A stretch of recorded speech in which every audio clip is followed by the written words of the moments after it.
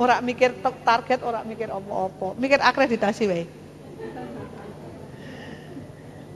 Oke, kinerja pegawai ya. Berarti tadi clear ya. Tim kredensial dari 4 tenaga kesehatan sudah clear ya Mas, sudah dijawab oleh Dinas Kesehatan. Kalaupun belum berjalan, silakan Puskesmas argawe dokumen dewe monggo. Lah piye ngejare September? Mampu ndak 21 puskesmas dalam kurun waktu sekian Dinkes mengkredensial. Kalau mampu ya hebat, nggak apa-apa. Tapi kalau tanpa dibantu dinas, contoh ya, kredensial. Oke, loh, ini kapus yang memvalidasi siapa? Kepala puskesmas. Otomatis maju ke dinas kesehatan, kapus wes ngerti urung. Iki ABCD niki sing ora sesuai. Bener nggak? Lho kan nek wis digaweke surate sisan iki sing ora sesuai, iki sing sesuai, iki kerjane ngopo? Selesai enggak galek tanda tangan tok dinas? Selesai. Apa sing ora iso puskesmas gawe? Bisa semua, tapi timnya ada dulu. Pasti bisa diselesaikan puskesmas semua kok. Lah piye meneh daripada enggak? Daripada 5 wong nanggung ming garek feedback tok kok. Feedbacknya yo isine ming paling ini mau ngapain, ini boleh kerja apa, ini apa gitu kan? Iya kan? Puskesmas bisa bikin enggak? Bisa. Pokoknya segala sesuatu yang feedback dinas kesehatan yang kelamaan gawenen. Wis titik. Ya toh lah mau bagaimana lagi? Sekarang feedback laporan misalkan. Di situ meng diterima tok tanda tangan, orang ngerti feedbacknya, orang ngerti apa-apa nih. Gawe ora kita. Gawe demi 10. Ya kan? Apa susahnya sih? Kayak gitu. Jadi ayolah kita tahu sama-sama kita harus bekerja. Dah.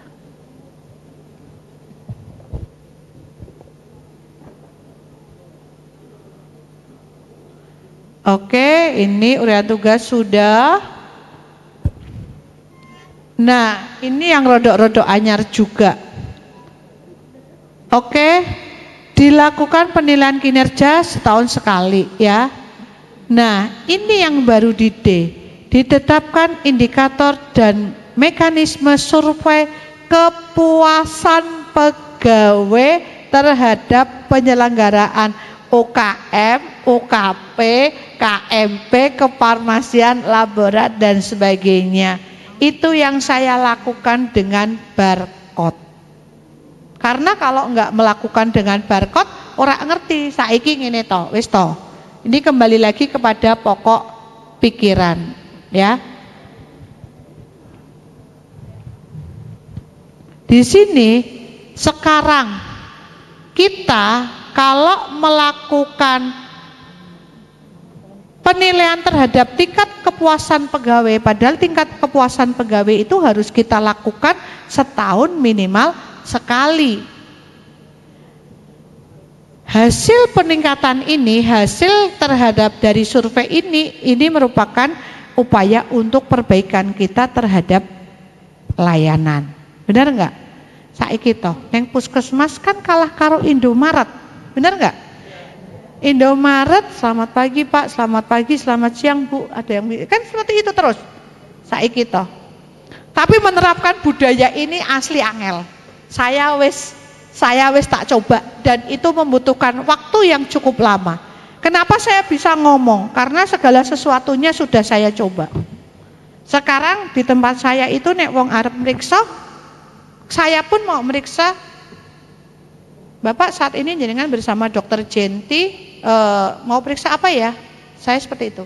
Minimal memperkenalkan identitas kita.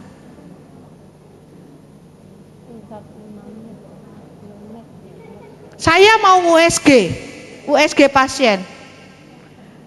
Bu, kenalkan saya Dokter Jenti, saya akan melakukan pemeriksaan USG. Mohon maaf ya, ini perlu dibuka. Itu saya pasti seperti itu dulu.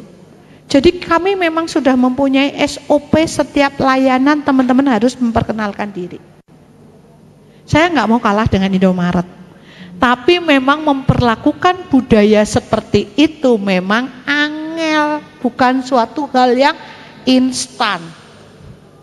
Ya, di sini yang sebenarnya masuk dalam survei kepuasan pegawai.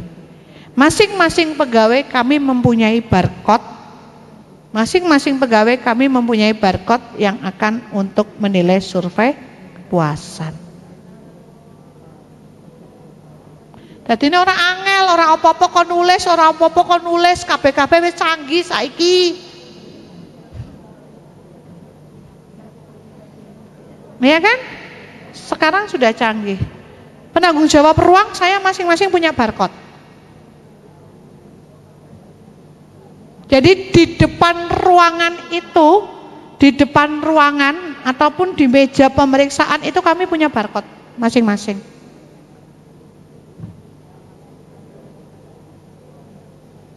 Emang angel loh tuh.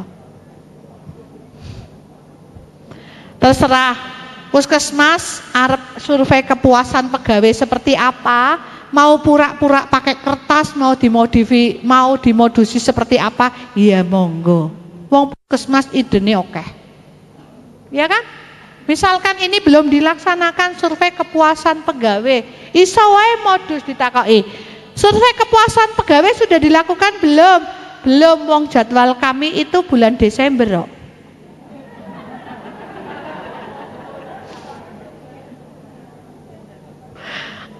Jadwal kami evaluasinya bulan Desember, terus tak takoki meneh ganti. Lho emangnya bulan Desember tok. Lah buktine saka Januari tekan Desember wis ono sudah ada belum? Bingung.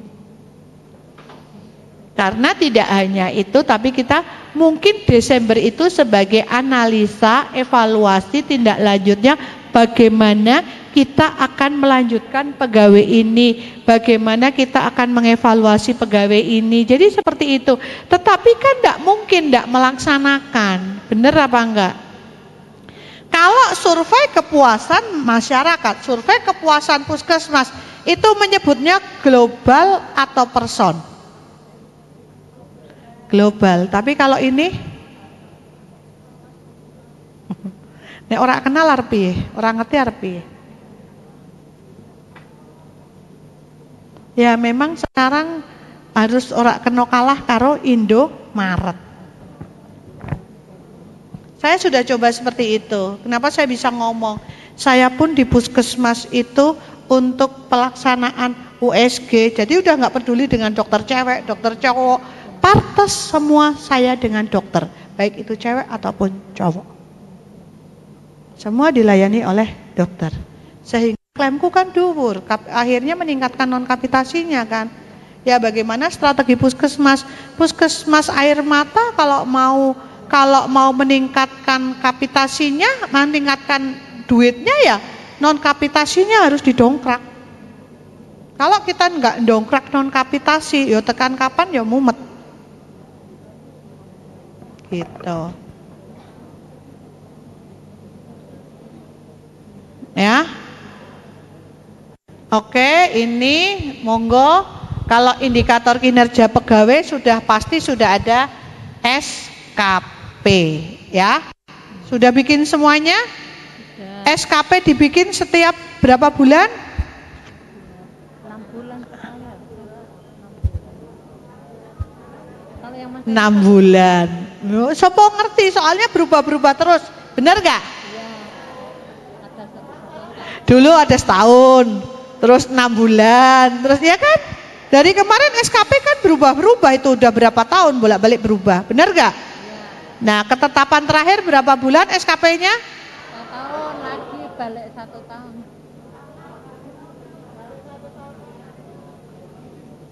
Setahun sekali atau setahun 2 kali? 1 tahun sekali. Setahun sekali. Kan memang berubah-ubah terus kok. Jadi kita harus mengikuti itu. Oke ya. Jadi di sini ada uraian tugas, indikator penilaian kinerja, ya. Oke. Kemudian yang baru kalau indikator penilaian kinerja sudah ini, ya ini ditetapkan indikator dan mekanisme survei kepuasan pegawai. Ya, ini yang baru. Tolong Puskesmas bikin indikatornya apa? Kalau saya memang indikator tak jadi ke S1 SK. Indikator mutu SK, baik mutu itu kan mutu ada INM, ada mutu Puskesmas, ada mutu prioritas, ada PPI, ada keselamatan sasaran keselamatan pasien, itu indikator mutu. Terus indikator kinerja, ada indikator kinerja UKM, UKP, ya kan? Kalau UKM jelas indikator kinerjanya adalah dari apa? SPM. Bedakan antara indikator mutu dan indikator kinerja.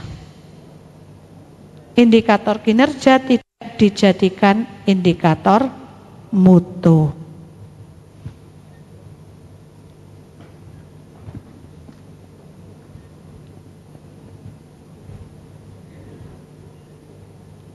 Ini mau masuk kemana, mau masuk tim survei juga boleh. Karena sekarang di Puskesmas punya tim survei kepuasan, tim survei kepuasan pelanggan enggak? Atau tim konflik atau tim apapun namanya itu. Itu kan tim itu nanti melakukan survei, melakukan nek ono opo-opo kon jawabi, ya kan? Benar enggak? Baik survei kepuasan pelanggan maupun umpan balik maupun komplain, ya kan? Jawaban komplain, mungkin apapun monggo, yang penting memang Puskesmas ki opo-opo kudu ono, kudu duwe. Oke ya. Jadi ada indikator kepuasan pegawainya dulu, bagaimana SOP-nya, bagaimana KAK-nya, kapan jadwalnya, oke kan? 1 tahun sekali, sesuk dimodusi wae. Aku pelaksanaannya Desember loh. Benar enggak? Bagaimana tingkat kepuasannya nanti kita bisa melakukan upaya-upaya perbaikan. Pokoknya Puskesmas ki top tenan. Tapi saya minta modusnya sing pinter. Ojo sampai modusnya ora pinter. Karena kemarin saya sudah menemukan bukti bahwa Puskesmas modusnya ora pinter. Kenapa saya ngomong modusnya ora pinter? Ini contoh, Puskesmas melaksanakan SMD, MMD apa enggak? Melaksanakan Bu. Oh iya, kalau SMD pakai apa? Kita bikin kuesioner Bu. Oke, ya. Begitu SMD, MMD dia udah bikin kuesioner nih, ditampilkan nih. Ini baru-baru saja saya beberapa kali pendampingan itu ada seperti itu. Sudah bikin survei kuesioner SMD, survei mawas diri. Oke. Padahal ingat enggak dulu dari Kementerian itu kan ada SMD yang lembarannya banyak. Ingat nggak? Ingat nggak? Oke ya. Ingat kan teman-teman yang lembarannya banyak itu ada kan? Seperti itu. Padahal mungkin yang diharapkan tidak hanya itu isiannya. Nah, itu foto nih. Aku ngomong. Terus begitu itu, mana buktinya sudah melakukan SMD? Ini Dok. Nih, kita menggunakan kuesioner ini. Ini bukti pelaksanaan kegiatannya. Terus tak delok kayak ngono ki. Coba lihat survei kuesionermu, survei kepuasan SMD-mu. Saya lihat kuesionernya. Kuesionernya berbeda bentuk dengan yang difoto. Aku tahu itu yang dipakai kuesioner lama. Yang dari dulu dari Kemenkes itu sudah ada, dari provinsi apa dari Kemenkes ya dulu itu. Ada kan? Dari provinsi itu yang berapa lembar? Aku nih, coba lihat kuesionernya sama enggak dengan yang difoto? Oh iya Dok, bedai. Maka nenek mau modus itu sing pinter, ya. Jangan sampai modusnya itu ya hati-hati. Mungkin ngomong, kegiatan ini dilaksanakan hari apa? Hari Senin. Engko fotone nganggone klambi batik. Padahal Senin seragamnya adalah keki. Wis paten kok sak jagat Indonesia Raya. Terus nanti menetapkan SK, wong SK-ne gawene mundur kan iso wae to. Kapan SK-ne 1 Januari? Ora ono rumusnya 1 Januari tanggalnya enggak merah. Pasti tanggalnya merah. Kalau mau menetapkan SK, lihat kalender, jangan sampai tanggal merah. Itu sing pinter. Wih, sampai diwarai modus kuwi. Karena saya tahu, saya juga di posisi panjenengan semuanya. Saya juga merasakan lah piye rekosone, ya.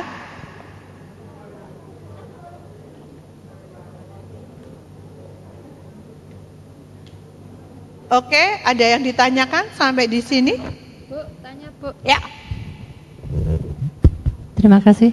Ibu izin tanya, untuk tadi pokok pikiran 132 pada C itu kan uraian tugas itu berdasarkan SK. Yes. Itu ya. Jenis pelayanan dan SK nggih Bu. Kemudian juga tugas tambahan. Kalau misalnya dalam satu waktu itu karyawan tersebut itu ada SK-nya berubah, kemudian tugas tambahannya berubah, apakah uraian tugasnya dalam satu tahun itu diganti lagi atau gimana? Bisa. Tugas tambahan. Contoh misalkan programmer. Bisa nggak dari programmer diare menjadi programmer HIV? Boleh kan? Dari bendahara jadi bendahara. Boleh kan? Berarti ya uraian tugasnya berubah. Seperti itu. Untuk yang berdasarkan SK. Jadi ada revisi SK. Begitu nggih? Jadi mungkin SK Kepala Puskesmas nomor sekian merevisi berubah menjadi ini bagian dari revisi SK Kepala Puskesmas nomor 1 misalkan seperti itu. Itu boleh. Begitu Bu. Tinggal direvisi saja. Iya, begitu. Tapi ingat teman-teman semua, apabila ada pegawai baru ataupun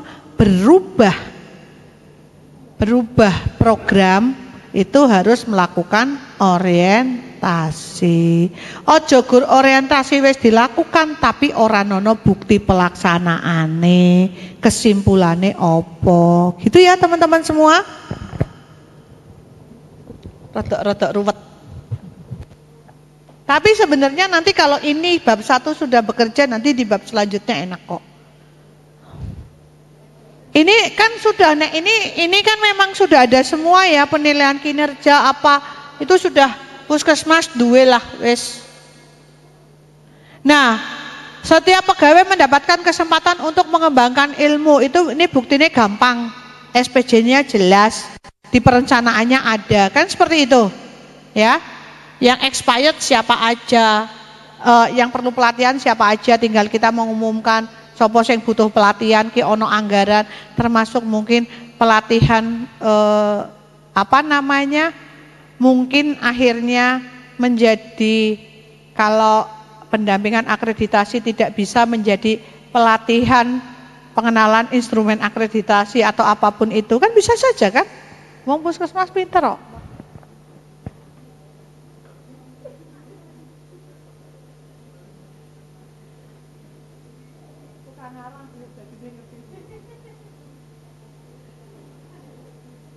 Ya, ini ada, jelas sudah ada. Saya yakin ini nilainya 10 kalau di puskesmas.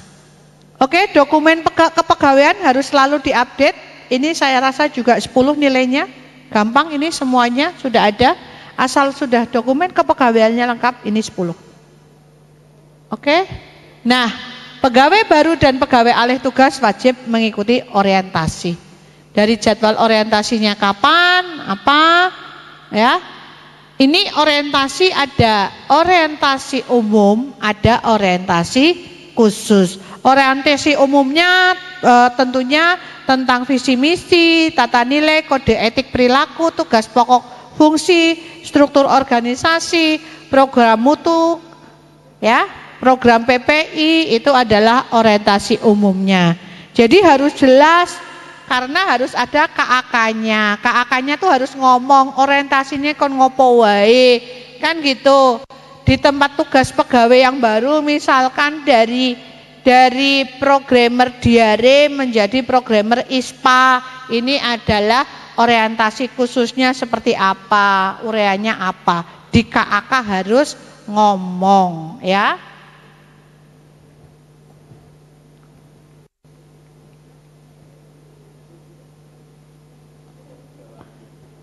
Nah, setelah dilakukan orientasi kita harus ada evaluasi dan tindak lanjut. Tentunya jadwal orientasinya juga harus ada, laporan hasilnya harus ada. Tanpa adanya laporan hasil bagaimana kita bisa mengevaluasi? K3, sudah ada tim K3 di puskesmas? Ono sing sudah, ono sing belum. Sudah belum? Yang belum berapa puskesmas? Ini sebenarnya K3 dan MFK itu puskesmas tolong dokumen akreditasinya yang dulu bab 8 ya. 858.4.8.5. Coba dilihat masih ada nggak dokumennya? Sistem utilisasi, dulu di bab 8 ada enggak? Ada sistem utilisasi. Oke, ini K3, ini sesuatu hal yang baru memang di puskesmas ya, yang tadinya tidak ada K3 menjadi apa K3? Tolong, ini pokok pikirannya ya, semua pegawai berhak untuk mendapatkan pelayanan kesehatan dan perlindungan terhadap kesehatan atas penyakit akibat kerja dan kecelakaan kerja. Tapi memang kita kalau ngeklaim misalkan lagi mau berangkat kerja dilalah kecelakaan, itu ya klaim akibat kecelakaan kerja juga susah ya Bu. Saya itu sudah nyoba kayak gitu untuk karyawan juga susahnya setengah mati. Oh, susah banget itu, meskipun kenyataannya susah. Kemudian program pemeriksaan kesehatan berkala dan pemberian imunisasi pegawai sesuai hasil identifikasi risiko penyakit perlu ditetapkan dan dilakukan. Jika terjadi paparan perlu dilaporkan dan ditindaklanjuti termasuk konseling kesehatan. Oke, apakah ada pemeriksaan kesehatan berkala bagi pegawai? Ada, apa bentuknya? Posbindo, apalagi mungkin? Rockpot ya. Jadi meskipun minimalis yang penting ono ya. Jangan bayangkan menjadi MCU. MCU bayar dhewe. Kayak gitu. Yang kita bisa laksanakan paling menggunakan nilai programmer Posbindu nggo meriksa laborate. Bener nggak? Iya, paling seperti itu ya. Memang adanya seperti itu. Terus tentang imunisasi, apakah sudah dilakukan di puskesmas? Apa? Selain itu imunisasi, hepatitis apakah dianggarkan? Hah? Dianggarkan enggak? Kalau saya nganggarin. Pembelian vaksin pegawai, kalau saya nganggarin. Dan saya nganggarinya senenge akhir. Karena di akhir banyak diskon obat. Sehingga pengeluarannya tidak begitu besar. Vaksin hepatitis itu kalau diskon itu jadinya cuma 13.000 Pak ya. Murah, sangat-sangat murah. Tapi kalau nggak diskon memang mahal, apalagi kita hepatitis itu di rumah sakit ya, 3 kali itu sudah sesuatu. Tapi kalau kita berinya saat akhir tahun banyak diskon karena mau expirednya masih lama kok. Biasanya expirednya itu lebih dari 6 bulan. Itu masih bisa kita pakai sehingga harganya itu low price. Saya sudah melaksanakan beberapa kali itu dengan anggaran puskesmas memang. Anggaran obat. Oke, K3 ini selain kesehatan keselamatan kerja ini juga meliputi promkes, kesejahteraan pegawai. Ini kesejahteraan pegawai dudu masalah duit kapitasi ya. Ini masalah manajemen stres kepuasan kerja serta pencegahan penyakit akibat kerja. Ya, ini tapi jangan stres karena akreditasi ya. Nanti stresnya karena berangan-angan kira-kira iki dokumen sing tak gawe aku kudu ngarang apa ya? Karena ngarangnya pasti oke, puskesmas. Ya enggak, jujur enggak? Mengarang indah pasti. Berandai-andai, mudah-mudahan andai-andainya itu hanya kita memang mengarang berandai-andai yang tidak menjadikan halusinasi. Lah nek dadi halusinasi ki payah kok. Ya. Oke, manajemen stres paling seneng kok begitu manajemen stres ngajake, "Dok, kaji banding yuk." Gitu padahal plesir. Ya, padahal plesir, padahal kaji banding itu tidak harus datang tapi bisa by email. Ya. Tapi wong kaji banding itu saatnya mumpung ke saatnya puskesmas iso plesir kok. Bener nggak? Dengan alasan pokoknya puskesmas kuwi nek arep plesir to, nek ra kaji banding penggalangan komitmen.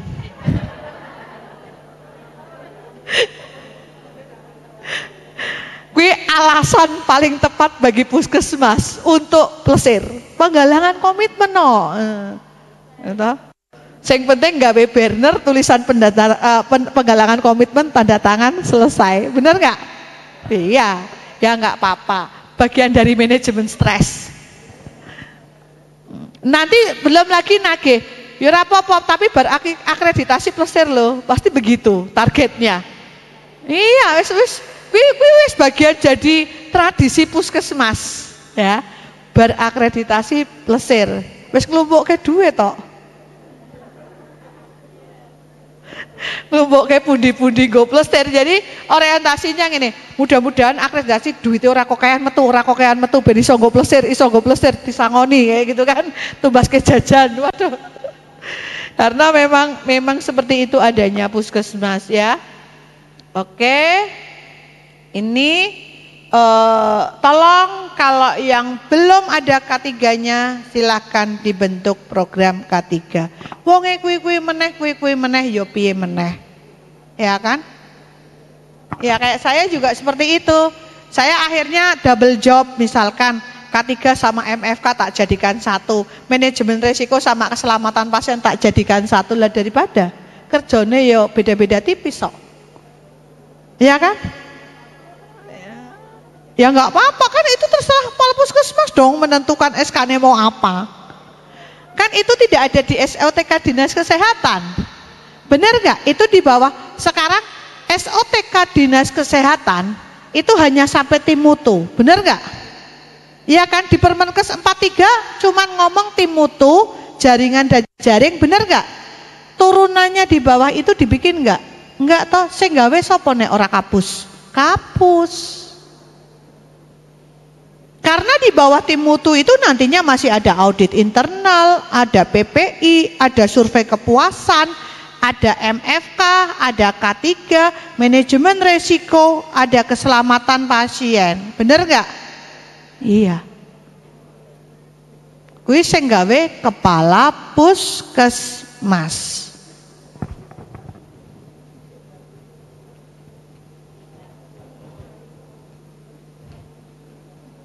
Ini nek mau back kudu ke sini. Oke. Oke, ini ditetapkan petugas berarti ada SK, ini SK tim, monggo. Begitu ngomong SK tim berarti ada uraian tugas dan tanggung jawab. Silakan. Oke, ada programnya. Programnya diantaranya adalah pemeriksaan kesehatan dan imunisasi ya. Ini sama. Kalau pelaporan ini apabila ada pegawai yang terpapar penyakit infeksi, kekerasan atau cedera akibat kerja dilakukan konseling dan tindak lanjut. Nih, teman-teman hati-hati dengan EP ini. Contoh, pegawai tertusuk jarum. Masuk enggak dalam ini? Masuk. Terus nek kui masuk enggak kepada pelaporan IKP? Masuk. Jebule pelaporan IKP-mu nihili. karena males. Loh, iya toh, lo bisa aja puskesmas, yang penting nihil. Paling lambat ngisi IKP tanggal berapa?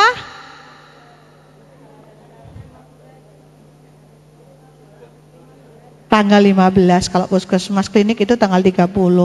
Jadi itu harus match, teman-teman ingat dokumennya iki ngomong IKP. Begitu ada tertusuk jarum masuk ke dalam PPI ndak? Masuk. Begitu ada tertusuk jarum di sini ngomong bagaimana penanganannya, kemudian di IKP-nya berarti harus ada laporan, ada mitigasi resiko. Bab 5 kemarin diterangin toh? Iya pasti. Jadi dokumennya nyambung mboten? Nyambung. Ning biasane ora teliti sampai ke situ. Ya tolong ini dicatat mungkin teman-teman puskesmas. Jadi sambungan-sambungan hal ini kan yang mungkin puskesmas belum paham. Nek saya sebagai surveyor, surveyor kan isone nyicipi masakan. Bener nggak? Kalau survei itu kan surveyornya mengerti nih, iki salah. Burung karuan iso gawe dokumennya. Bener nggak? Iya pasti. Tapi kalau saya sebagai pendamping, lah aku ndampingi puskesmas kok ora iso gawe dokumen ki piye? Ya kan? Sebagai pendamping pasti bisa membuat dokumen. Lah arep mendampingi piye nek dhewe ora ngerti carane gawe dokumen. Begitu. Oke ya, jadi ini tolong hati-hati adanya paparan infeksi, mungkin bagian dari HAIS, bisa enggak? HAIS masuk PPI enggak? Masuk. Meskipun PPI ini janjane ning puskesmas gur kewaspadaan isolasi, bener nggak? Tapi kewaspadaan isolasi itu terdiri dari kewaspadaan standar dan kewaspadaan transmisi. Kewaspadaan standar ada 11 item termasuk ini, dan kewaspadaan transmisi ada 3. Ya kan? Jadi ini tolong disambung-sambungkan ke sana ke sini ya. Jangan sampai membikin ada kasus ternyata di sini ada kasus ternyata di IKP-nya nihil. Hati-hati puskesmas. Karena sekarang kan harus bikin surat pernyataan IKP kan? Jadi seperti itu. MFK, ini hal baru di bab 1, manajemen fasilitas dan keselamatan. Sudah ada tim MFK di puskesmas? Sudah? Oke. Nah, ini MFK, manajemen fasilitas fasilitas dan keselamatan itu meliputi keselamatan dan keamanan fasilitas, B3, limbah B3, darurat dan bencana, kemudian pengamanan kebakaran, alat kesehatan, manajemen sistem utilitas dan pendidikan. Ya, ini nanti banyak dokumen yang nyambung juga, baik itu kepada PPI, baik itu kepada bendahara barang, bagaimana SOP-nya. Ini nyambung juga nanti, banyak yang nyambung. Makanya tolong teman-teman diteliti, begitu mohon apa-apa yang nyambung nanti teman-teman harus sudah tahu. Jadi saat mungkin kalau yang akan melakukan pendampingan kita sudah tidak kesulitan. Karena ini wis tak terangke loh. Nek sampai sesok iki wis tak terangke, begitu teman-teman minta pendampingan, saya cek dokumennya bukannya kemarin udah tak terangin. Ketemunya aku lagi nanti.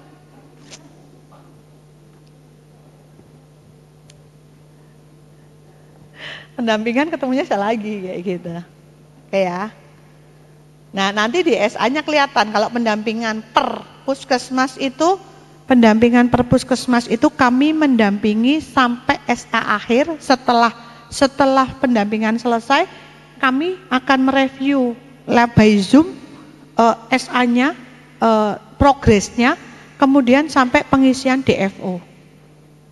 Kami tetap mendampingi sampai pengisian DFO. Jadi nggak cuman wis rampung pure biar.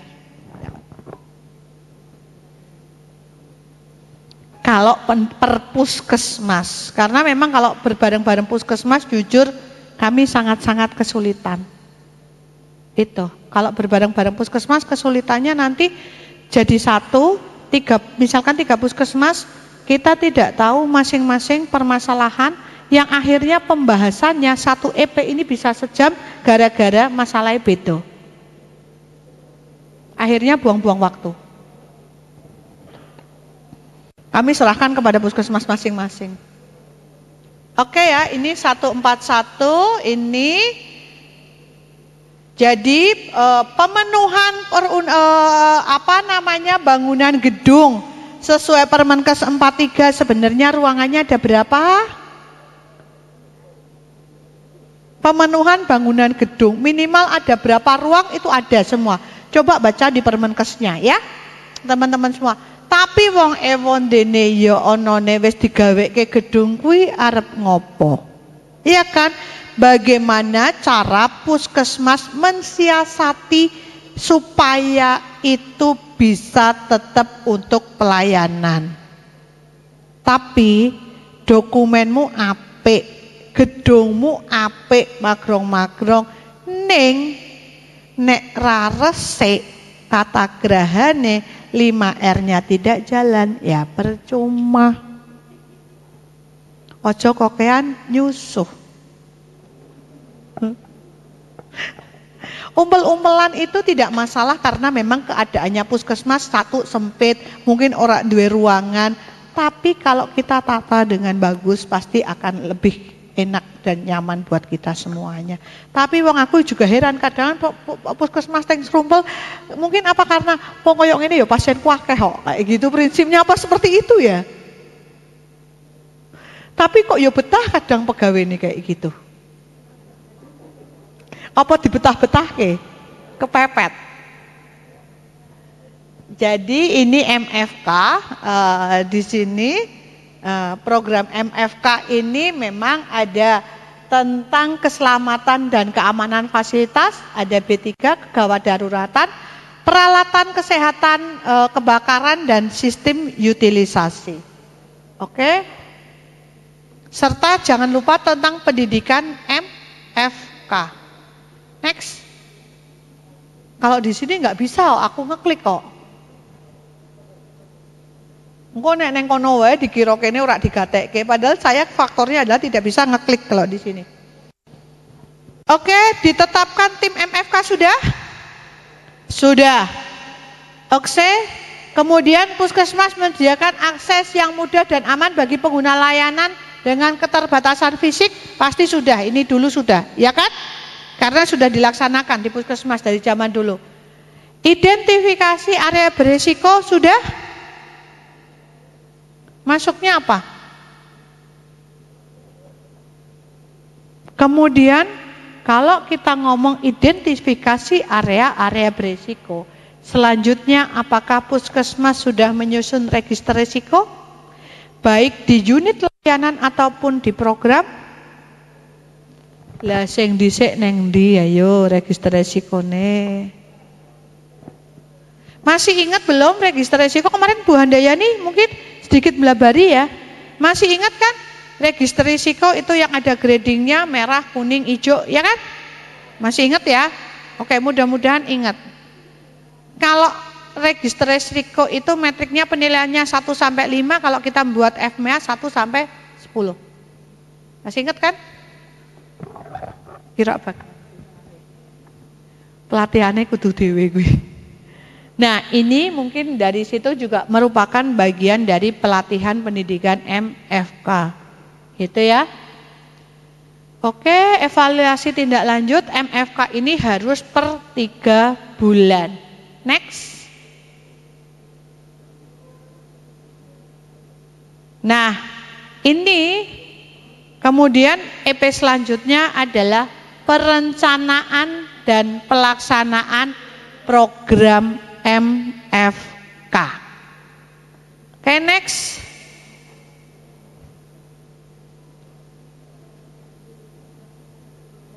Nah, ini yang jelas semua tentang perencanaan yang ada di puskesmas, baik itu gedung, sarana prasarana, alkes ini ini harus dilakukan supaya untuk mencegah terjadinya cedera, terjadinya kecelakaan, ya.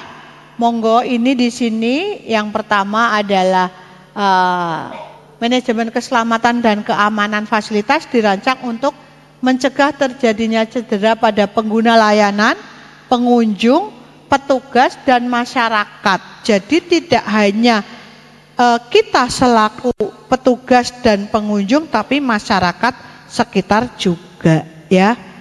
Bagian dari PPI juga, karena melaksanakan PPI itu tidak hanya petugas, pasien, keluarga pasien, tapi adalah masyarakat sekitar. Benar nggak? Oke, jangan sampai ada tertusuk jarum, tertimpa bangunan, gedung roboh, ya, tersengat listrik. Misal di puskesmas toh banyak enggak kabel-kabel pating klawer? Kuwi sing okeh banget.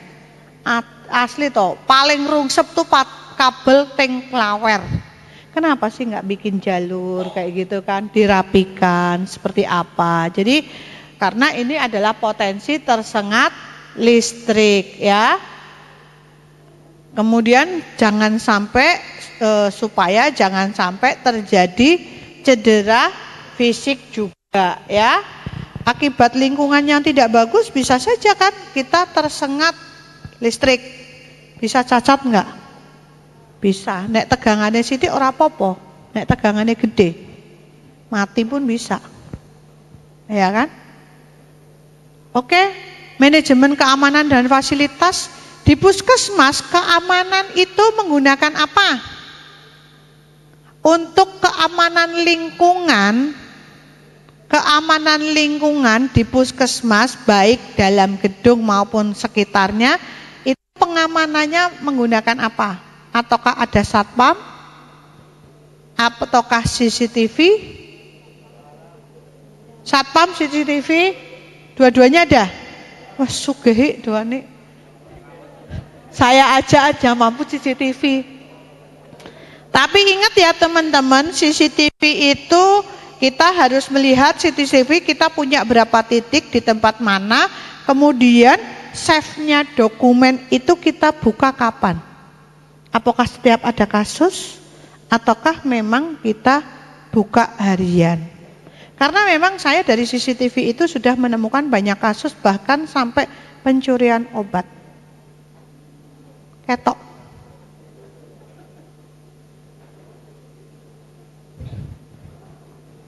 Itu ya.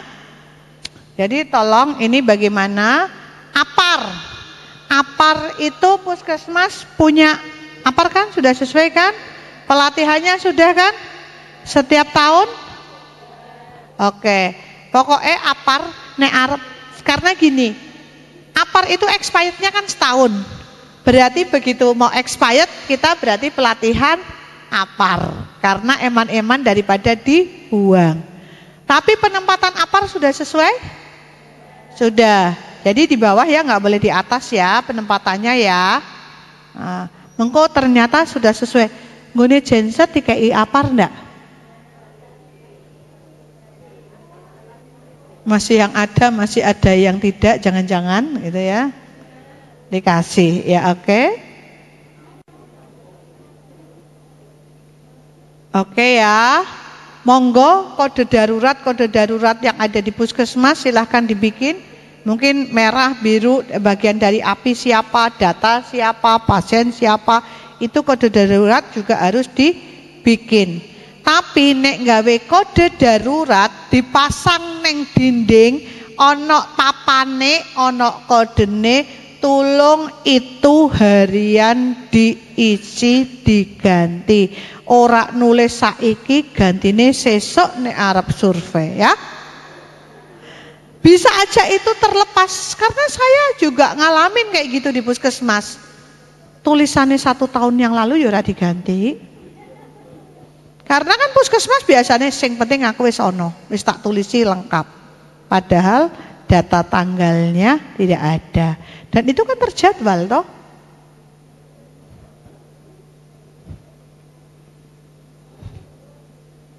Oke ya. Ini identifikasi pengunjung, petugas dan pekerja alih daya. Oke. Inspeksi fasilitas dilakukan secara berkala meliputi bangunan, prasarana dan peralatan. Bangunan, prasarana dan peralatan. Benar diinspeksi secara berkala. Jangan sampai kipas angin nempel yo ora tahu dilapi, sesuk nek wis mati. Begitu konslet, begitu mati baru turun sekalian urung karuan dilap. Biasanya begitu kan? Dipasangin tuh kalau udah nempel di dinding udah sekali pasang tempel udah selesai. Ora pernah dilap. AC, kapan saatnya perawatan AC ya? Tolong seperti itu. Oke ya? Bagaimana konstruksinya, bagaimana penyebaran infeksinya, oke? Jadi teman-teman harus pintar-pintar screening, memilah pasien, mana yang infeksius, mana yang non infeksius, perlakuannya seperti apa, monggo. Next, Mas ora isoi. Oke, ini B3. B3 saya nanya, wis. Klik, Mas. Klik B3, apakah puskesmas sudah memiliki TPS B3? TPS B3 sudah punya belum? Tak tekok isek wae ning kene. Hah? Cold storage-nya sudah? Sudah? Berarti sudah punya TPS B3 dong ya? Oke, sudah ada izinnya? Sudah ada izin TPS B3-nya? Sudah ada izin TPS B3-nya, teman-teman? Jadi jangan-jangan ngeledakke cold storage di situ terus di tempat B3 terus ora diurus izinnya. Diurus nggak izinnya? Sudah ada yang urus izin belum? Izin TPS B3. Jadi ini harus ada izinnya. Belum? Kalau belum pasti puskesmas punya kalau sudah pasti puskesmas karena syarat pertama izin kan harus tahu titik koordinatnya di mana. Nah kalau yang sudah ada izin mau tak tes di sini, mau tak lihat coba titik koordinatmu pas apa enggak? Karena kita mau dimanapun buka asal koordinatnya pas kan kelihatan, benar nggak di Google Map? Pasti kelihatan.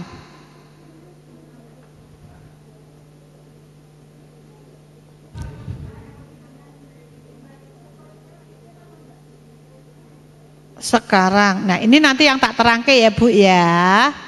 Ya tetap harus izin. MOU-nya diambil berapa hari sekali? 1 bulan. Lah selama 1 bulan mbok kayak keneng di.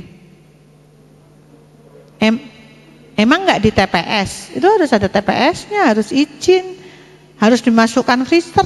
Karena limbah medis boleh di luar freezer itu hanya dalam waktu 2 hari. Setelah 2 hari semua harus masuk freezer. Nek freezer gede-gede kae, nek neng omah gua ada iwak, gua ada daging. Tapi kalau di puskesmas buat tempat sampah B3. Ora ono ajine. Jadi seperti itu ya. Sudah ada semua? Oke. Mesti tahu ini ya. Jadi ini ada beberapa kekurangan-kekurangan ya enggak apa-apa. Tapi minimal TPS-nya sudah ada dan tolong izinnya diproses.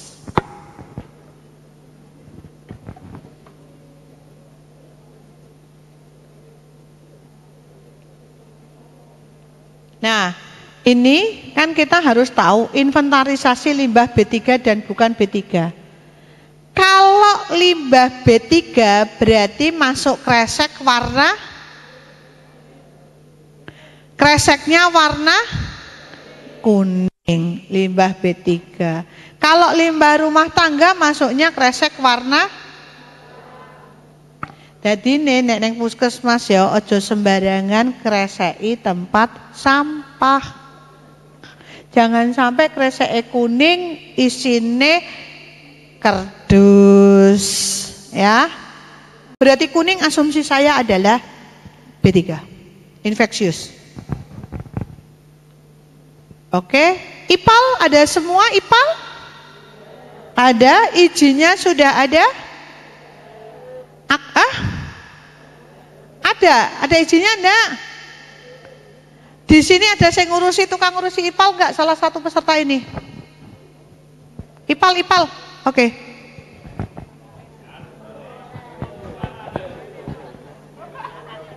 Ada mic enggak ya? Jangan nanti enggak dengar semuanya.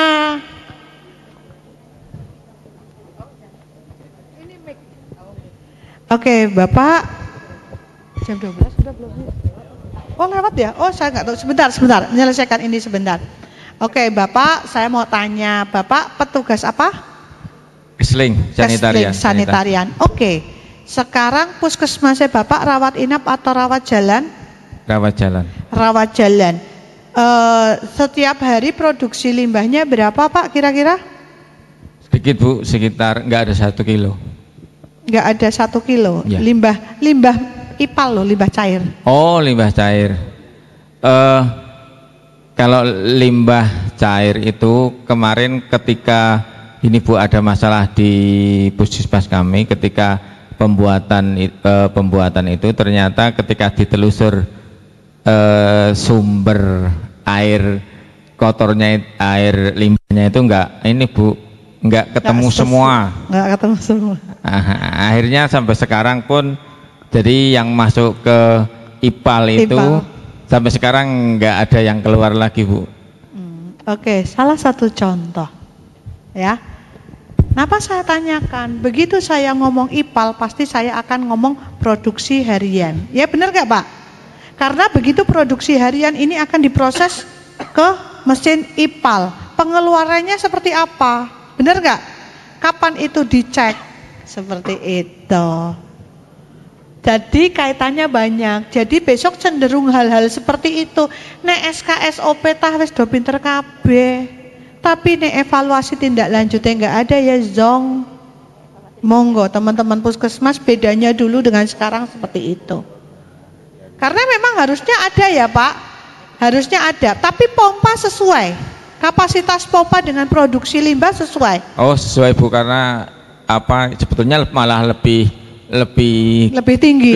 Oke, saya tanya, pemeliharaannya ada nggak anggarannya setiap tahunnya? Belum Bu. Nah, ini teman-teman semuanya, pemeliharaan IPAL memang lumayan. Saya anggaran pemeliharaan IPAL setahun itu 14 juta. Dan itu wajib. Saya 14 juta Bu. Tapi itu wajib. Itu baru untuk IPAL-nya saja. Belum untuk pemeriksaan kualitas air. Benar nggak? Pokoknya nek IPAL-e sesuk kosong toh, ora ono bak penampungane, ora ono air, berarti IPAL-e rusak, ora tahu dipelihara. Titik. Loh iya, karena penilaiannya ada di bak tampung. Oke? Mungkin itu dulu, monggo Isoma 1 jam. Hai. Oke, kita lanjutkan kembali ya. Mudah-mudahan nggak capek. Aku saja yang sudah dari hari Jumat belum pulang nggak capek loh.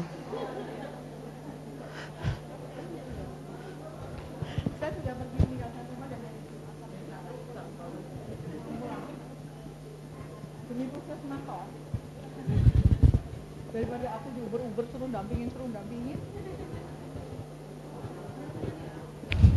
Oke ya, ini kembali lagi sudah pada kenyang. Mudah-mudahan setelah kenyang tidak ngantuk ya.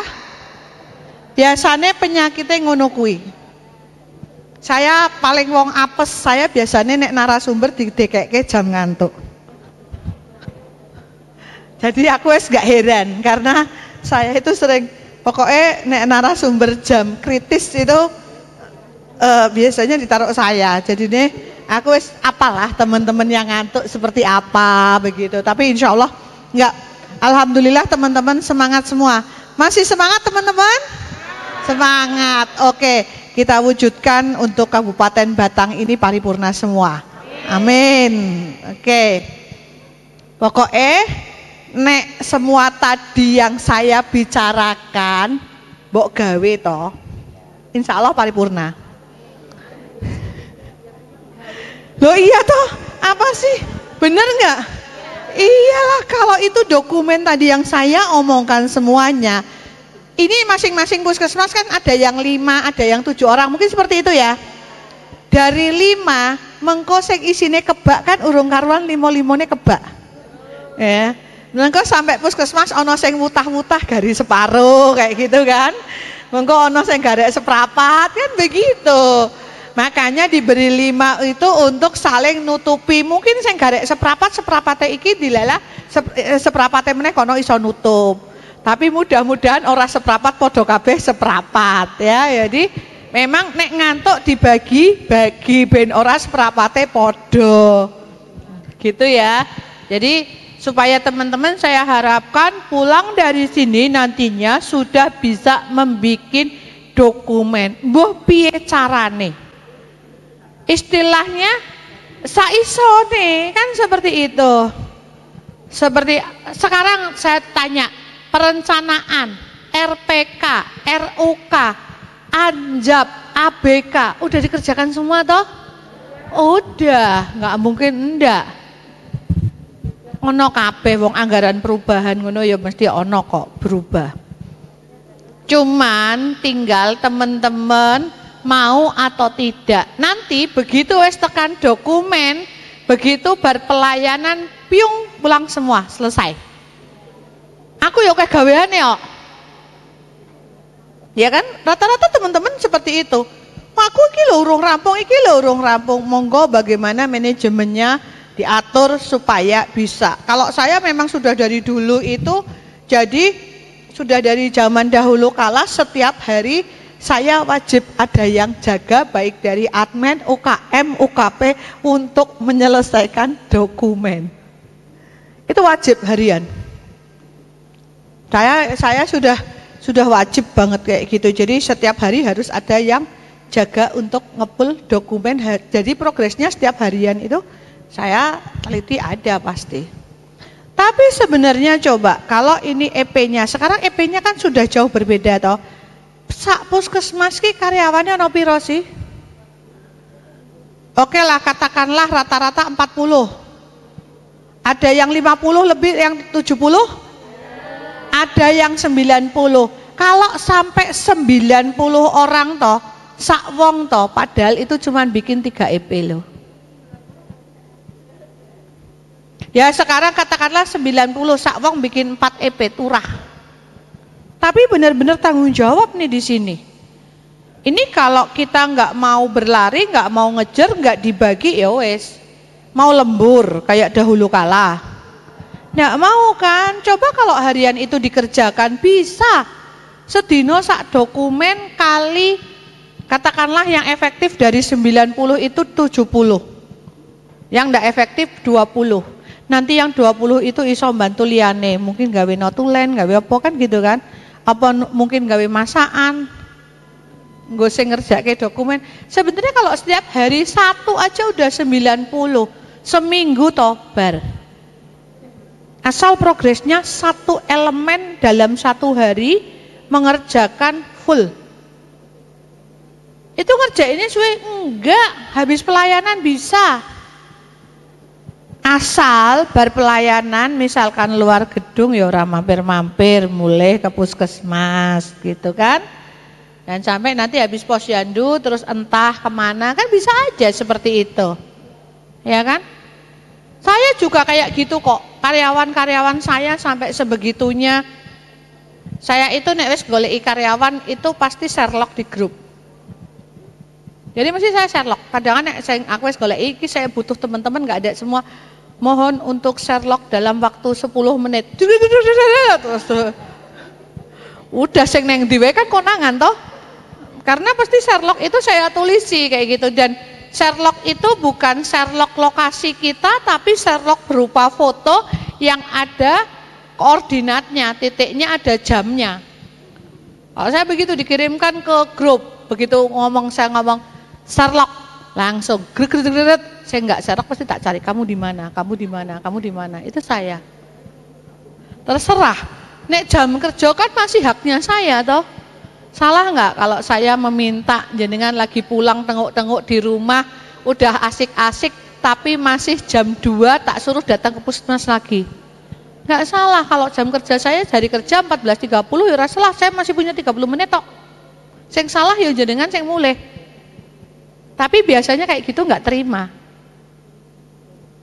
Karena kita sudah membenarkan yang biasa, bukan membiasakan yang benar. Oke. Seperti sama dengan limbah B3. Limbah B3 itu coba dilihat. Di puskesmas safety box itu sampai ke bak mencep-mencep apa 3/4 sudah ditutup. Mencep-mencep. Wes pokoknya ditetel-tetel sampai safety box-nya digrek-grek kayak gini. Terus safety box itu isinya benda tajam atau benda tumpul? Tajam. Nek tutup sepet mlebune safety box apa sampah rumah tangga? Sampah. Ning nyatane masuk safety box. Kertas pembungkus PET masuknya itu ke safety box apa ke limbah rumah tangga? Limbah rumah. Mlebune safety box pasti. Banyak yang seperti itu. Itu sebenarnya kalau sehari enggak apa-apa. Kali setahun, kali sekian kegiatan, kiloannya berapa? Kali berapa kilo duit itu kebuang? Itu pernah saya buktikan sendiri zaman vaksinasi COVID itu kan. Saya kaget. Loh, kok duitnya sebulan ini kok lonjakan untuk apa namanya? Pelayanan bayar sampah untuk pihak ketiga kok naiknya sekian juta sendiri. Saya tuh sampai penasaran toh. Habis itu tak bukai sampai penasaran. Oh ternyata begini ceritanya. Ternyata plastik masuk, tutup spet masuk, tutup jarum masuk. Padahal kita tidak boleh seperti itu, ya. Yang dirawat inap masih ada recapping enggak? Saiki toh yang dirawat inap, saya tanya yang dirawat inap. Nek misale ada obat injeksi, nariknya dari flakon itu ditariki dulu, dikumpulke, apa kita ke tempat pasien, satu pasien narik buang. Nah, misalnya nih ada cefotaxim, ada injeksi cefotaxim misalkan, atau ranitidin. Pasien yang dirawat inap itu ada 5 orang yang butuh ranitidin injeksi. Oke, ranitidinnya ini diambilin di tempat ruang jaga atau di depan pasien? Ruang jaga. Ono sing jawab tetap. Padahal sebenarnya kan kita tidak bisa recapping kan. Sepet yang sudah dibuka itu tidak boleh ditutup kembali. Makanya begitu nyedot harus langsung dimasukkan ke dalam pasien. Tapi kenyataan yang ada kan tidak seperti itu, ya kan? Dicukup isik, tadi siji, mengko ning pasiennya bareng-bareng, kayak gitu kan? Nah, ini yang menyebabkan ya perlakuan berarti di MFK-nya belum benar, di PPI-nya belum benar, begitu. Padahal sepet sudah tidak boleh menyusun, memelihara, melaksanakan dan mengevaluasi manajemen kedaruratan dan bencana. Oke. Di sini bencananya apa? Banjir, longsor, Gempa bumi? Nah, berarti harus ada manajemen tentang pelaksanaan, baik itu bagaimana penanganannya saat banjir, saat terjadi gempa, saat terjadi kebakaran, benar kan? Masing-masing puskesmas kan berbeda-beda. Ada yang mungkin di pegunungan dadine longsor, ya kan? Ada yang di pesisir pantai rob terus ora rampung-rampung, kan gitu. Iya kan? Bisa aja seperti itu. Jadi bagaimana cara penanganannya pastinya akan berbeda-beda, ya. Kemudian apabila ada bencana berarti kita akan melakukan mitigasi terhadap bencana. Oke? Kemudian strategi untuk menghadapi bencana perlu disusun sesuai dengan potensi bencana yang mungkin terjadi berdasarkan hasil penilaian kerentanan bahaya atau HVA. Ini mungkin sesuatu hal yang baru mengenai HVA. HVA memang adanya kalau kita mengikuti pelatihan manajemen puskesmas. Kalau saya sih memang juga mengambil file dari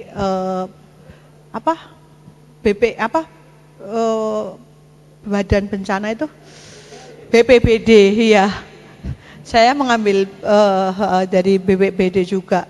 Jadi monggo teman-teman nanti kan simulasinya seperti apa, pastinya kan akan berbeda saat kita penanganan banjir seperti apa, gempa bumi seperti apa, kebakaran seperti apa. Jadi di sini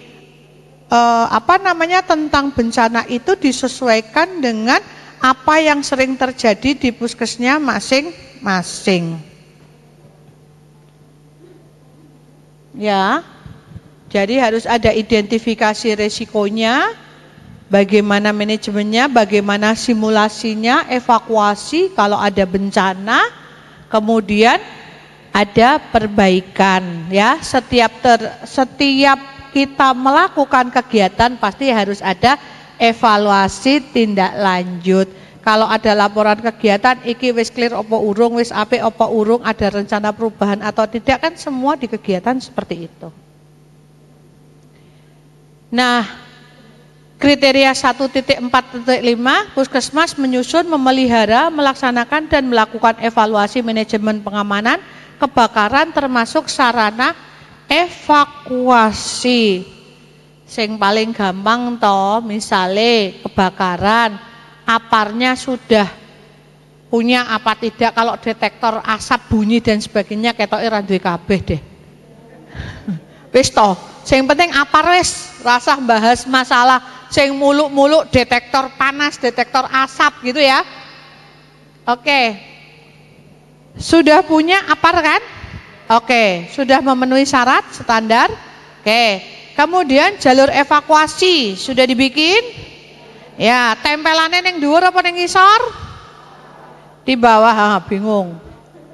Jadi apar, jalur evakuasi itu tentunya kalau apar kan juga disesuaikan kan. Sebenarnya kalau letak apar itu kan beginilah, kurang lebih ada di tangan kita kayak gitu, pas apanya item-itemnya itu kan kaitannya seperti itu. Sebenarnya seperti itu. Jadi sekitar 30 sampai 50 dari lantai. Begitupun jalur evakuasi paling enggak setengah meter. Tulisan jalur evakuasi saiki nek ana bencana. Nek ana bencana ngadeg apa merunduk? Merunduk. Nek merunduk dhuwure seberapa? Nah, itu kira-kiranya ya segitu, nulis jalur evakuasi. Bukan jalur evakuasi ditempel ke dhuwur. Terus ada titik kumpul apa belum di puskesmas? Ada. Titik kumpulnya benar-benar nggo titik kumpul apa nggo parkiran? Parkiran.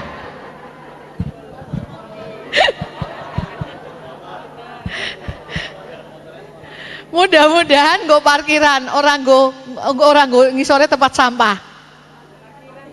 Parkiran biasanya begitu titik kumpul kelemahannya ada di parkiran. Karena apa? Puskesmas rata-rata tidak punya lahan parkir. Kuwi wis cetha. Ya.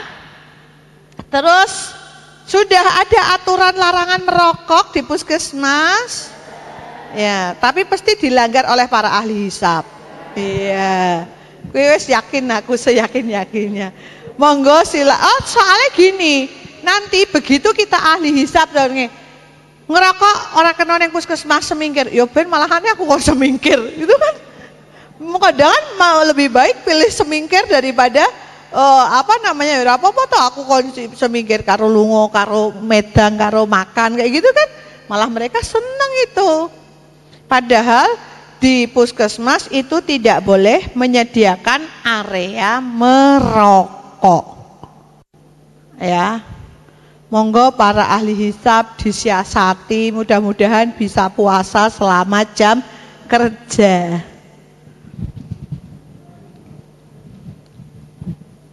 Oke ya, jangan lupa ini tolong ada inspeksi, pengujian dan pemeliharaan terhadap alat deteksi, alarm, jalur evakuasi serta berfungsi alatnya, aparnya harus berfungsi dengan baik, itu harus selalu dikontrol, dicek ya. Jangan sampai nempel-nempel saja ternyata expired. Teman-teman tahu nggak aparnya yang di puskesmas jenisnya apa? Bubuk, powder, hanya powder tok. Nah, kuwi mengko penanggone MFK ora ngerti iki apare isine powder atau CO2. Ya saya nggak ngerti, pokoknya yang jelas harus ngerti bahwa apar di puskesmas jenisnya apa, begitu ya. Nanti nek pelatihan menggunakan apar juga harus dilakukan setiap tahun, ya. Nanti nek modusi pelatihan apar ojo kebangetan. Saya dulu pernah saat survei akreditasi itu tak tanya, sudah pelatihan apar belum? Penggunaan apar, sudah dok, sudah, oh iya, terus, oh iya mana, terus ini fotonya, terus aku diam aja tuh, saya diam aja. Begitu hari berikutnya kalau pagi itu kan ada evaluasi ya, temuan hasil sebelumnya, begitu kan? Kita paparan temuan hasil sebelumnya. Terus tak bilang, kemarin katanya sudah pelatihan penggunaan apar, fotonya tak pajang, jegret, ini foto apa? Pelatihan penggunaan apar, udah dia jawab semua. Iki tenan pelatihan opo ora? Masa pelatihan penggunaan apar tempatnya ada di aula, pakainya kertas kayak gini, pakainya kertas HVS terus yuk disuleti. Mungkin enggak? Kalau selembar kertas disemprot pakai apar, terbang enggak? Terbang. Nah, makanya nek modusi ojo mbangeti. Maksudnya benar, mungkin akan memenuhi dokumen itu, tapi yo ojo kebangetan lah. Masa ono kertas diobong terus go pelatihan penggunaan apar kan yo enggak mungkin, ya kan? Nek kertasnya sak tong sampah baru itu mungkin, kertas lembar kok go. Itu. Jadi teman-teman kalau bikin modus itu yang cantik ya. Tuh. Oke, ini bagaimana dengan pengguna layanan dilarang merokok, jadi tidak hanya karyawan tetapi pengunjung dan pengguna layanan. Ini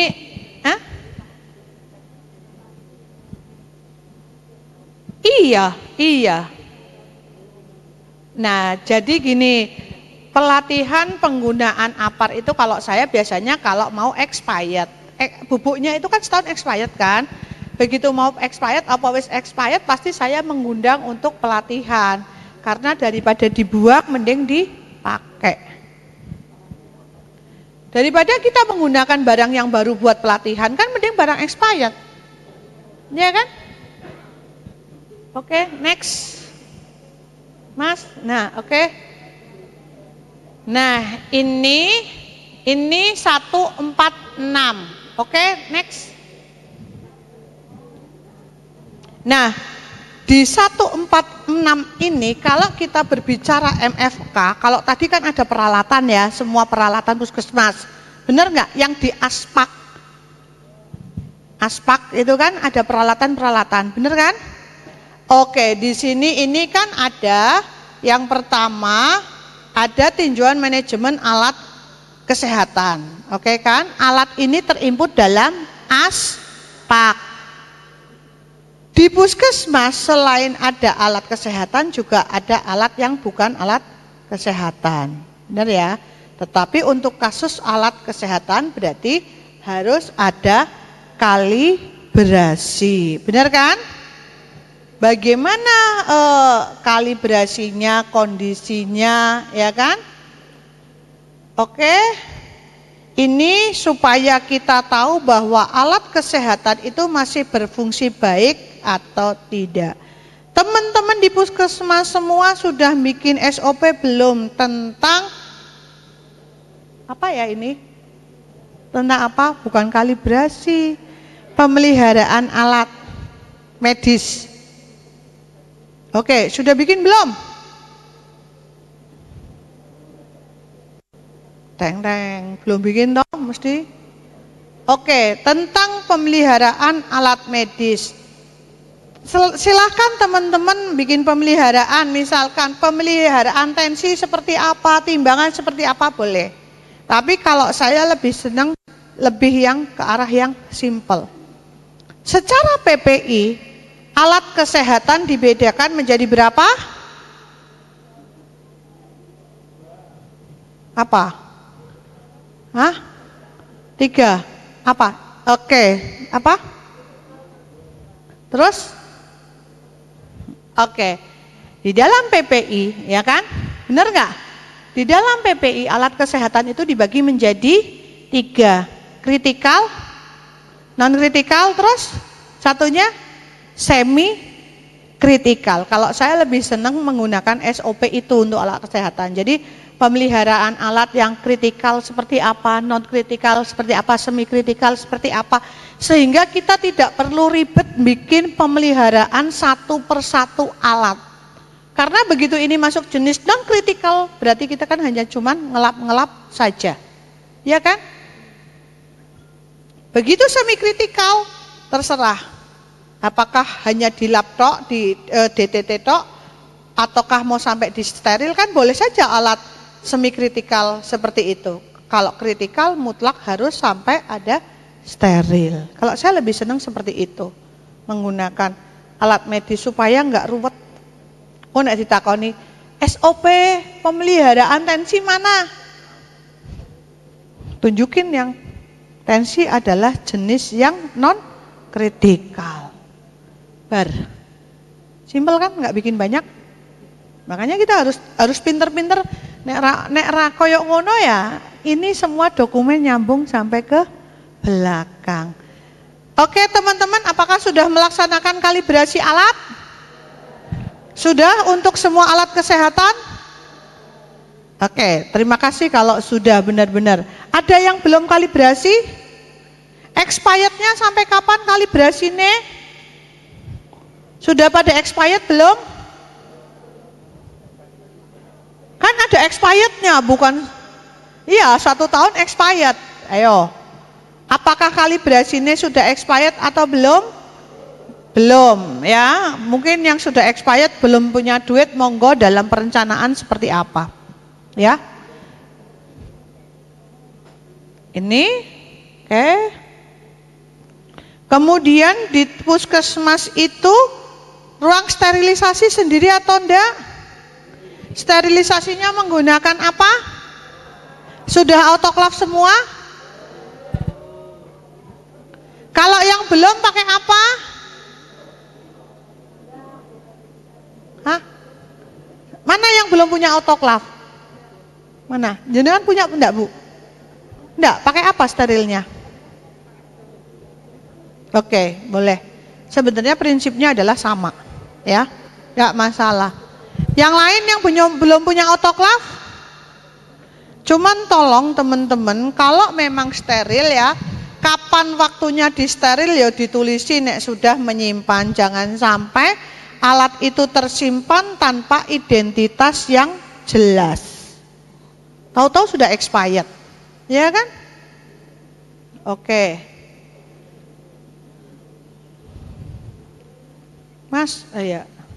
147 ini semua sistem utilitas berfungsi dan mencegah terjadinya ketidaktersediaan dan kegagalan fungsi sistem utilitas.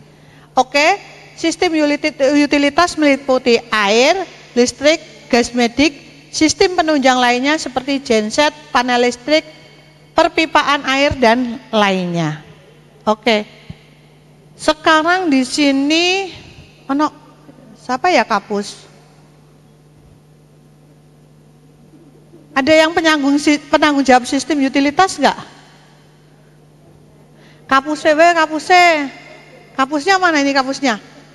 Kapusnya mana? Enggak, aku cuma sekedar nanya. Belum. Ini bukan, ini contoh kapus aja. Kapusnya mestinya tahu toh.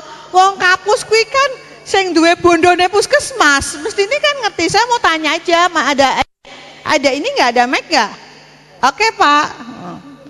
Oke, Bu Kapus. Saya mau tanya, ini kan masalah air, listrik, gas, betul nggak? Oke, Bu Kapus. Kalau di puskesmas sumber airnya menggunakan apa? PDAM. PDAM. Oke. Ada IPAL? Ada. Air bekas IPAL buat apa, Bu Kapus? Hasil dari IPAL buat apa? Kemarin sudah berusaha diolah, kemudian diberikan ada semacam chamber yang diberikan ikan, ada ikannya gitu. Apakah produksinya hanya untuk chamber tok atau bisa lebih? Sementara masih seperti itu. Masih seperti itu, tidak berlebih? Enggak, karena limbahnya juga enggak terlalu banyak. Oke, sekarang saya tanya Bu Kapus. Bu Kapus, listrik yang ada di puskesmas ada berapa watt? 13.000. 13.000 dalam 1 meteran. Punya berapa meteran Bu Kapus? Ada 2. Nah, kan bingung loh.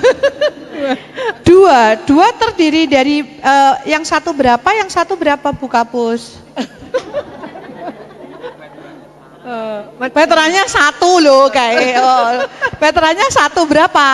13.000. 13.000 cukup untuk satu puskesmas? Cukup. Ya, karena di dalam Permenkes 43 itu memang minimal 15.000. Kayak gitu ya, nggak apa-apa lah. Memang kalau memang cukup gigi dan sebagainya belum, tapi AC semua AC? Ada yang belum. Ada yang belum, ya enggak apa-apa. Ini saya sekedar ngomong-ngomong aja ya, kita harus tahu. Kapuse ki yo kudu ngerti. Mosok kapuse ra ngerti, kayak gitu kan.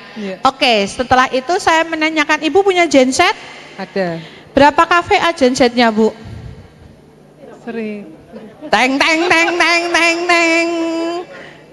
5.000, ya benar, 5.000. Saiki nek meng 5 KVA, 5 KVA kan buat 5.000 ya berarti ya. Apa ya mumpuni buat listrik yang 13.000? Terus kalau mati lampu dari 5.000 itu yang dapat aliran listrik mana? Terutama yang di pendaftaran, kemudian di pelayanan. Pelayanan apa? Di BP, KIA, masing-masing unit layanan. Apa cukup 5.000 itu? Wong punya muwe 13.000.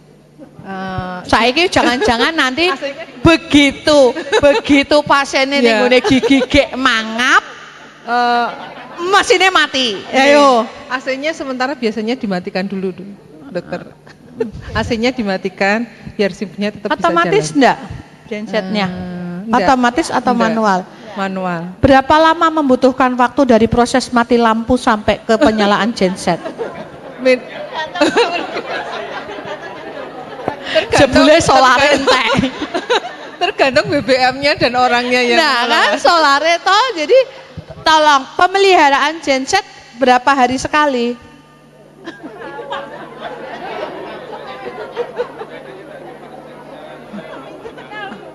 Iya, karena ada ndak anggaran untuk beli solar genset khusus atau kalau butuh baru beli? Ada, iya.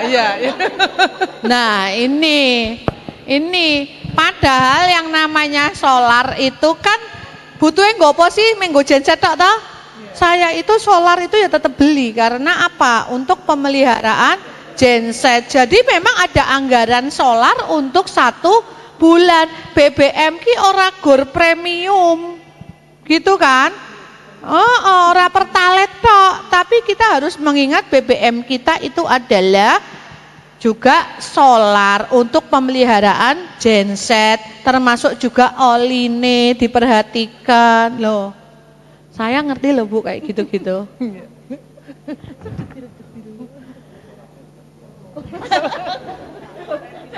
Terus siapa di puskesmas yang gensetnya sudah 30 kVA?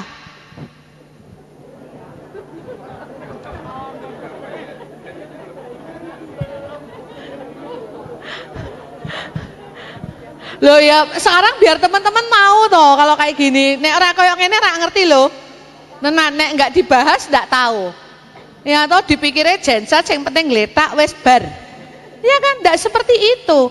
Genset itu kalau ngomong, "Oh, aku pakai genset saya otomatis kok." Pakai menggunakan ATS automatic panel, berarti panelnya berapa, terus habis itu berapa detik genset itu nyala kalau mati lampu. Itu mesti ngerti. Gawe ATS ku ya larang. Ora cukup 40 yuto nek gensetnya gede. Itu. Jadi oke ya teman-teman semua, tolong penanggung jawab MFK ya, utilisasi. Mungkin kapusnya lali, ya tolong nek sebagai penanggung jawab MFK nggak boleh lupa dalam hal seperti ini ya. Karena itu memang benar-benar tanggung jawab MFK. Misalnya koyok gedung. Gedungnya itu bocor, gedungnya butuh pemeliharaan, temboknya wis do tetel kayak gitu. Itu kan merupakan manajemen fasilitas. Oke ya. Terus pada punya oksigen konsentrat enggak di puskesmas?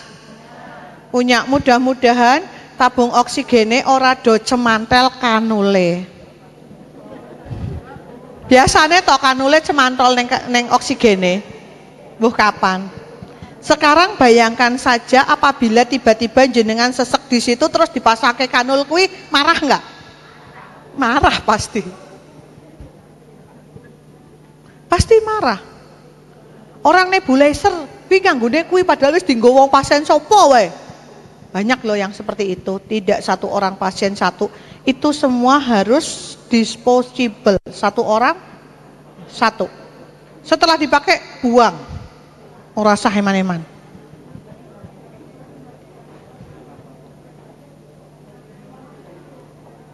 Oke ya.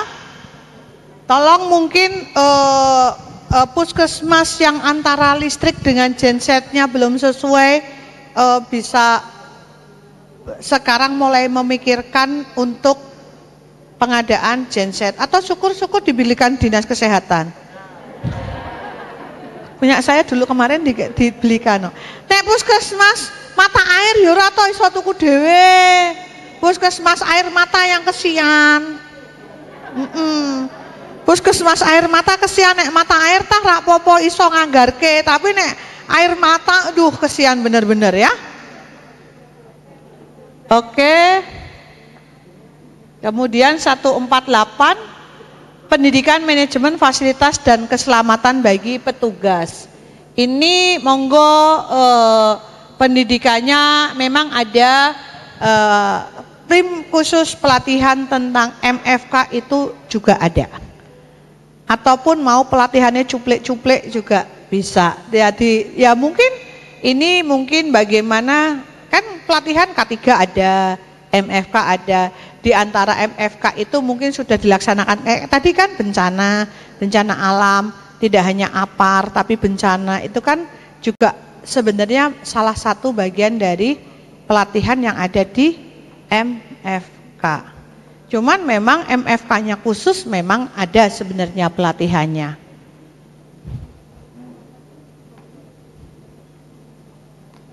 Oke, ini manajemen keuangan.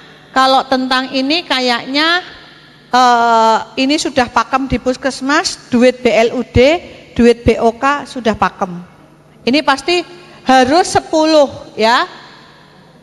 Harus 10 kalau ini. Ini kemudian penilaian kinerja, ini setiap tahun puskesmas juga sudah bikin, ya kan? Pribadi masing-masing pribadi gawe dhewe garek ditandatangani. Nggih. Terus pokoknya. Oke ya. Kalau ini saya apa namanya? Ini saya yakin puskesmas sudah ada, tetapi coba sekarang. Ini coba sekarang banyak sekali indikator ya. Indikator kinerja adalah indikator untuk menilai cakupan kegiatan dan manajemen puskesmas. Ya. Indikator kinerja, belum lagi ada indikator mutu, ya kan? Ya enggak? Banyak sekali indikator nantinya yang ada di puskesmas. Kalau UKM indikator kinerjanya adalah SPM. Jangan lupakan itu ya.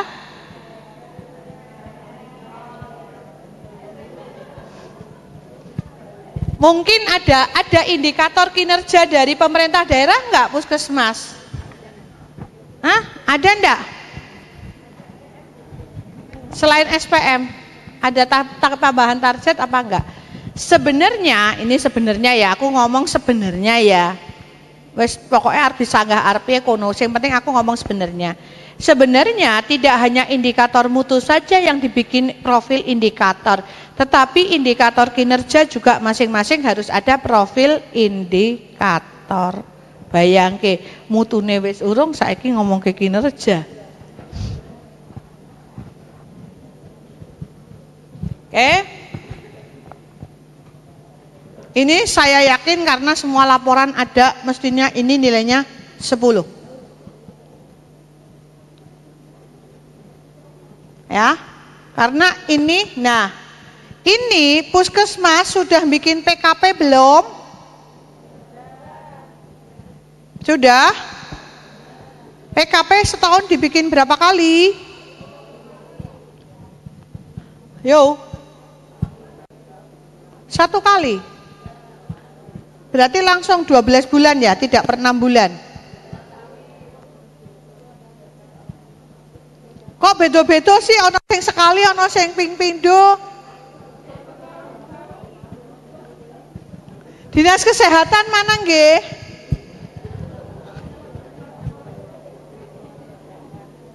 Dinas Kesehatan, PKP, evaluasi PKP Puskesmas setahun berapa kali? Dinas Kesehatan mengadakan evaluasi terhadap PKP enggak? Selama ini kami menggunakan TPCB itu, Bu. Oh, TPCB. Tapi untuk dokumen PKP kami minta kemarin juga belum semuanya Puskesmas mengumpulkan untuk dokumen PKP. Oke, jadi PKP itu memang 6 bulan sekali. Oke ya. Jadi TPCB itu, tapi tetap dokumen PKP-nya teman-teman harus tahu. Bagaimana Dinas Kesehatan ada format PKP atau Puskesmas bikin sendiri-sendiri? Sendiri, Bu. Oke, sendiri. Tolong sesuaikan dengan format yang ada di manajemen Puskesmas sesuai dengan Permenkes nomor 44 tahun 2016. Silahkan. Jadi saya ingatkan dari sekarang, kalau bikin PKP, bikin profil, bikin apapun, karena profil PKP semua itu bab 1 dan bab 2-nya kan sama toh, analisa situasi, isinya kan sama. Kemudian baru memasuki bab 3 itu nanti yang isinya akan berbeda. Tapi tolong teman-teman kalau membuat jaring laba-laba, kaki-kakinya adalah desa. Jadi dibikin per program. Tidak kaki-kakinya adalah program, tetapi kakinya adalah desa. Ini aku ngingetin aja teman-teman semua. Jarine mau kapusnya wis do pelatihan manajemen Puskesmas toh.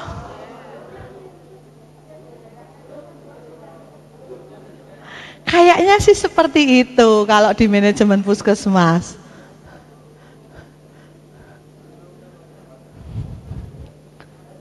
Oke ya. Nah, ini kriteria 163. Kriteria 163 ini tentang kepala Puskesmas dan penanggung jawab melakukan pengawasan pengendalian kinerja dan kegiatan perbaikan kinerja melalui audit internal dan RTM. Apakah Puskesmas sudah melakukan audit internal di tahun ini? Sudah. Ada yang sudah, ada yang belum. Apakah sudah melaksanakan RTM? Rapat tinjauan manajemen. Sudah? Sudah. Ada yang sudah, ada yang belum jawabannya.